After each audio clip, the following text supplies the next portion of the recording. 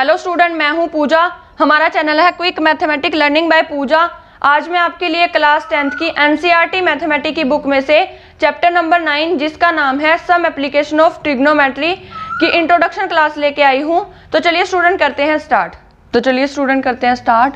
Some application of trigonometry, इसके अंदर हमारा क्या होता है, एक ट्रायंगल होता है। ट्रायंगल का यहाँ पे जो एंगल होगा उस एंगल के और किन्हीं भी दो साइड्स के, कोई भी दो साइड्स हो सकती हैं, उनके बीच में जो रिलेशन होता है वही इसके अंदर हमने करना है। उसे ही एप्लीकेशन ऑफ ट्रिग्नोमेट्री बोला जाता है, यानी कि relation between theta and any two side of triangle. किसी भी ट्रायंगल की कोई भी दो साइड्स और उसके थीटा के बीच में जो भी रिलेशन होता है उसे ही बोला जाता है एप्लीकेशन ऑफ ट्रिग्नोमेट्री। जैसे ये थीटा है तो इसके सामने क्या होगा, ये हमारा होगा परपेंडिकुलर। अगर ये थीटा बोला जाता है तो इसके सामने ये वाला परपेंडिकुलर। जो साथ वाली साइड होती है वो बेस होता है और ये हमारी हाइपोथेसिस होता है। तो इन तीनों से ही पूरा क्वेश्चन हो जाते हैं सभी क्वेश्चन। तो इसमें हमने एक ट्रिक है हमारे पास, पंडित बद्री प्रसाद हर हर बोले सोना चांदी तोले। इस ट्रिक के अकॉर्डिंग ये होगा हमारा साइन, ये होगा कोस, ये होगा टेन। तो साइन हमारा क्या होगा p/h, कोस हमारा क्या होगा b/h, टेन हमारा क्या होगा p/b। यहाँ लिख लेते हैं sine theta p/h, cos theta b/h, tan theta p/b। इसके अकॉर्डिंग साइन थीटा निकालने के लिए हमें परपेंडिकुलर और हाइपोथेसिस की रेशो लेनी होगी, तो उस रेशो को ही क्या बोला जाता है, साइन थीटा। ऐसे ही हमारे बेस और हाइपोथेसिस की जो रेशो होगी उस रेशो को बोला जाता है कोस थीटा। परपेंडिकुलर और बेस की जो रेशो होगी उसको बोला जाता है टेन थीटा। वैसे ही इनके रेसिप्रोकल होते हैं, साइन का कोसिकेंट होता है, कोस का सीकेंट होता है, टेन का कोट होता है। तो कोसिकेंट के लिए हम क्या करेंगे, h/p, यहाँ लिख देते हैं कोसिकेंट के लिए h/p, सीकेंट के लिए h/b, कोस का रेसिप्रोकल यानी कि h/b, कोट के लिए टेन का रेसिप्रोकल, टेन में क्या था p/b था तो यहाँ पे b/p आ जाएगा, b/p। तो ये हमारी 6 ट्रिग्नोमेट्री रेशो होती हैं जिनसे हमारे सभी क्वेश्चन इजीली निकल जाते हैं। तो चलिए स्टूडेंट अब ट्रिग्नोमेट्री टेबल निकालना सीख लेते हैं। टेबल निकालने के लिए इसके अंदर हमें सभी एंगल्स की जरूरत पड़ेगी, मतलब हमें सारे एंगल्स के वैल्यू पता चल जाएगी। तो यहाँ पे हम ले लेते हैं 0 डिग्री, 30 डिग्री, 45 डिग्री, 60 डिग्री और 90 डिग्री। उसके बाद साइन थीटा की वैल्यू निकालने के लिए क्या करना होगा, यहाँ पे 0 1 2 3 4 लिख लेंगे। उसके बाद डिवाइड में सबके 4 लगा देंगे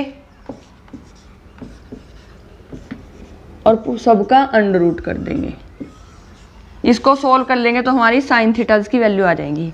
ये आ जाती है 0, ये आएगा हमारा 1 का अंडर रूट 1, 4 का अंडर रूट 2। यहाँ से कट हो जाएगा 2 1 जा 2, 2 2 जा 4, 1 का अंडर रूट 1, 2 का अंडर रूट 2। यहाँ से 3 का अंडर रूट 3, 4 का अंडर रूट 2। यहाँ से 4 से 4 कट जाएगा, 1 1 का अंडर रूट 1। ये आ गई हमारी साइन थीटा की वैल्यू।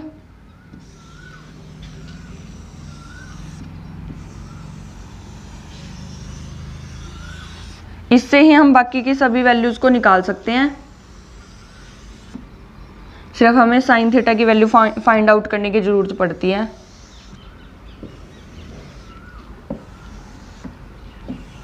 तो चलिए उसके बाद आता है हमारे पास कोस थीटा।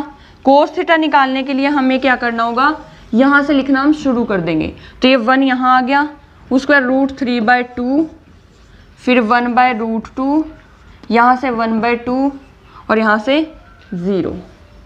उसके बाद हमें निकालना है tan थीटा। tan थीटा निकालने के लिए हमें क्या करना होगा, tan हमारा पता है हमें कि साइन बाय कोस होता है, तो साइन बाय कोस मतलब साइन डिवाइड बाय कोस कर देंगे, 0/1, 0/1। यहाँ से हम इसको कट करेंगे, डिनोमिनेटर से डिनोमिनेटर कट जाएगा, ऊपर हमारा 1 बचता है, नीचे हमारा √3 बचता है। यहाँ से डिनोमिनेटर कट जाएगा तो ये हमारा 1 बचता है, यहाँ से भी डिनोमिनेटर से डिनोमिनेटर तो √3/1 और यहाँ से 1/0। उसके बाद हम tan के बाद निकालते हैं कोसिकेंट की वैल्यू। कोसिकेंट की वैल्यू निकालने के लिए हम साइन का रेसिप्रोकल कर देंगे, क्योंकि कोसिकेंट जो है वो साइन का रेसिप्रोकल होता है। तो यहाँ पे क्या थी, 0/1 मानी जाती है, तो 0/1 थी तो 1/0 हो जाएगी, यहाँ पे 2/1 हो जाएगी, यहाँ पे √2/1 हो जाएगी, यहाँ पे 2/√3 और यहाँ पे 1। उसके बाद हम निकालते हैं सीकेंट थीटा। सीकेंट थीटा के लिए कोस का रेसिप्रोकल करेंगे। कोस का रेसिप्रोकल यहाँ से 1 का 1, √3/2 का 2/√3, √2 यहाँ से 2 और ये 0/1 होता है तो 1/0। उसके बाद हमारे आता है कोट का रेसिप्रोकल होगा tan, तो tan का रेसिप्रोकल करेंगे कोट। तो यहाँ पे 0/1 था तो यहाँ आ जाएगा 1/0, यहाँ आ जाएगा √3/1, यहाँ आ जाएगा 1 का 1, यहाँ डिवाइड में कुछ नहीं तो 1 होता है तो 1/√3 और यहाँ आ जाएगा 0/1। इस तरीके से हम अपनी टेबल बना सकते हैं। बस इसमें एक चीज़ ध्यान रखनी है कि जहाँ जहाँ पे 1/0 आया है उसको लिखना है नॉट डिफाइन, अपरिभाषित, इन्फिनिटी बोल सकते हो, और जहाँ जहाँ पे 0/1 आया है तो उसको हम 0 ही लिखेंगे। तो देख लीजिए यहाँ पे 0/1 आया है तो इसको 0 लिखेंगे, 0/1 0, 1/0 नॉट डिफाइन, 1/0 नॉट डिफाइन। इधर यहाँ पे हमारे पास 0/1 आया है तो ये 0 हो जाता है, ये नॉट डिफाइन हो जाएगा, नॉट डिफाइन, और ये आ गया 0। तो इसके साथ आपकी टेबल बन जाती है। इस टेबल के लिए हमारे पास ये वाली वैल्यूज लर्न होना बहुत ज़रूरी है। इन 9 वैल्यूज से ही आपके सभी क्वेश्चन बिल्कुल ईजिली तरीके से हो जाएंगे। साइन, कोस और tan की 30, 45 और 60 पे जो वैल्यूज़ हैं वो आपको लर्न करना बहुत ज़रूरी है। ये वाली तो आप रट ही लीजिए, इस एक्सरसाइज में बहुत ही यूज़ होने वाली हैं। तो स्टूडेंट, इस चैप्टर के लिए हमें 4 चीज़ें पता होनी ज़रूरी हैं। उन 4 चीज़ों से ही हमारा पूरा चैप्टर कंप्लीट हो जाएगा। तो फर्स्ट है, इसके अंदर 4 पॉइंट पता होने ज़रूरी हैं। फर्स्ट पॉइंट है लाइन ऑफ साइट, सेकेंड है एंगल ऑफ इवेल्यूएशन,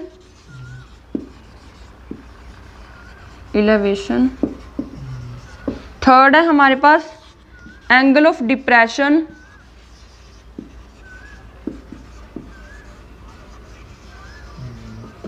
फोर्थ है हॉरिजॉन्टल लेवल। ये 4 चीजें पता होनी बहुत जरूरी हैं। इसके बेस पे ही हमारे पूरा चैप्टर टिका हुआ है। तो सबसे पहले हम देख लेते हैं लाइन ऑफ साइट क्या होता है। लाइन ऑफ साइट का मतलब है कि यहाँ पे कोई एक लड़का खड़ा हुआ है, वो यहाँ से देख रहा है, यहाँ पे कोई चीज़ रखी हुई है, इस चीज़ को वो देख रहा है खुद के लेवल के बिल्कुल यहाँ पे।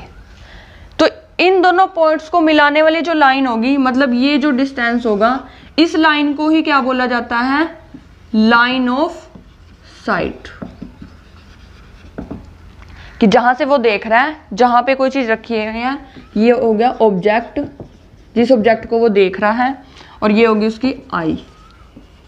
यहाँ से वो देख रहा है, तो किसी भी चीज़ को यहाँ देखने की और जहाँ तक वो चीज़ है तो उसके बीच का जो भी डिस्टेंस होता है उसे बोला जाता है लाइट ऑफ साइट। उसके बाद सेकंड आता है हमारा angle of evaluation. Angle of evaluation में क्या होगा कि कैसे एक बॉय खड़ा हुआ है और वो काइट उड़ा रहा है, पतंग उड़ा रहा है, तो उसका जो पतंग होगा वो कहीं ऊपर उड़ेगा। मान लो यहाँ पे उसका काइट जो है वो फ्लाई कर रहा है यहाँ पे, तो वो यहाँ से देख रहा है ऊपर काइट को, ग्राउंड लेवल उसका यहाँ पे होगा, देख वो यहाँ पे रहा है, तो यहाँ पे जो एंगल बनेगा वो एंगल क्या होगा हमारा, angle of elevation, angle of elevation, इस एंगल को बोला जाता है एंगल ऑफ इवेलेशन। और इसके साथ ही मैं हॉरिजॉन्टल लेवल भी बता देती हूँ। हॉरिजॉन्टल लेवल क्या होगा, जो उसके बिल्कुल हॉरिजॉन्टल लाइन होती है उसी को हॉरिजॉन्टल लेवल बोला जाता है, जो उसके बिल्कुल लेवल के साथ होगा, ये हमारी होगी हॉरिजॉन्टल लेवल, हॉरिजॉन्टल लेवल। हमारा बचता है एंगल ऑफ डिप्रेशन बचता है। एंगल ऑफ डिप्रेशन के लिए मान लीजिए वो काइट उड़ा रहा है, काइट उड़ाते टाइम वो छत पे काइट उड़ा रहा है, कहाँ पे, छत पे काइट उड़ा रहा है, छत से वो काइट उड़ा रहा है तो ऊपर की तरफ देखता है तो एंगल ऑफ इवेल्यूशन बनता है। मान लो उसने छत से नीचे देख लिया तो छत से नीचे जो वो देख रहा है वो क्या होगा, एंगल ऑफ डिप्रेशन। तो ये वाला एंगल हमारा क्या होगा, एंगल ऑफ डिप्रेशन। तो इन 4 पॉइंट्स की ही बहुत नीड होने वाली है इस पूरे चैप्टर के लिए, तो इन पॉइंट्स को आप ध्यान में रखिए। एक बार गो थ्रू कर लेते हैं। साइट ऑफ लाइन क्या होगी कि जिस ऑब्जेक्ट को वो देख रहा है और जहाँ से वो देखना स्टार्ट कर रहा है उन दोनों के बीच का डिस्टेंस वो क्या होगा हमारा, लाइन ऑफ साइट होगी। उसके बाद हमारा क्या आएगा, angle of evaluation. Angle of evaluation क्या होगा कि अगर वो नीचे खड़ा है और ऊपर की तरफ देख रहा है तो उसकी आंख से जो एंगल बना हुआ है उसको बोला जाता है एंगल ऑफ इवेल्यूशन। उसके बाद आता है एंगल ऑफ डिप्रेशन। अगर वो नीचे की तरफ देखना शुरू कर देता है तो नीचे की तरफ जो एंगल बनता है उसे बोला जाता है एंगल ऑफ डिप्रेशन। और जो उसका ग्राउंड लेवल होता है, ग्राउंड लेवल को क्या बोला जाता है, हॉरिजॉन्टल लेवल। तो इस तरीके से आपकी इंट्रोडक्शन क्लास खत्म होती है। तो स्टूडेंट हमारी वीडियो को लाइक कीजिए, शेयर कीजिए और कमेंट करके बताइए कि आपको हमारी वीडियो कैसी लगी। साथ ही हमारे चैनल को सब्सक्राइब कीजिए और बेल आइकन को प्रेस जरूर कीजिए ताकि आने वाली वीडियोस की नोटिफिकेशन आप तक सबसे पहले पहुंचती रहे। Thank you guys.